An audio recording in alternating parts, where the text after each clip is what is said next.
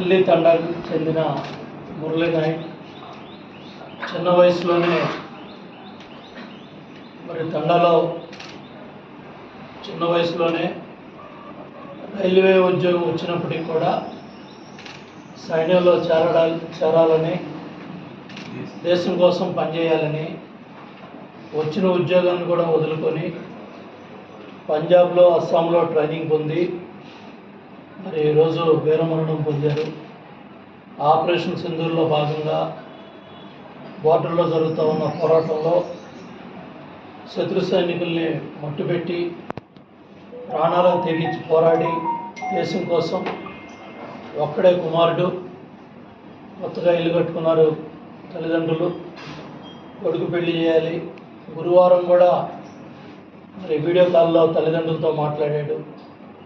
జమ్మూ కాశ్మీర్ బోర్డర్లో పనిచేస్తున్నప్పుడు కూడా నేను పంజాబ్లో పనిచేస్తున్నాను, మీరు ధైర్యంగా ఉండండి అని తల్లిదండ్రులు ధైర్యం చెప్పి పోరాటంలో అసూలు వస్తున్న వీరమరణం పొందిన మురళీ నాయక్ ఆత్మకి శాంతి కలగాలని భగవంతుడిని ప్రార్థిస్తూ కుటుంబ సభ్యులకి మనందరం కూడా అండగా ఉండాలి.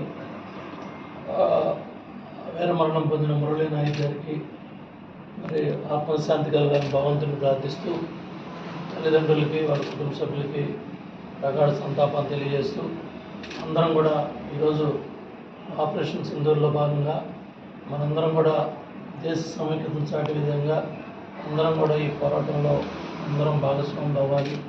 అందరం కూడా దేశం కోసం జరుగుతున్న వీరమరణం పొందిన మురళీ నాయక్ కుటుంబానికి అండగా ఉండటమే కాకుండా అందరూ కూడా దేశభక్తిని చాటుతూ అందరూ కూడా జరుగుతున్న ర్యాలీల్లో కానీ జరుగుతున్న కార్యక్రమాల్లో అందరం కూడా భాగస్వాములు అవ్వాలని కోరుకుంటూ సెలవు.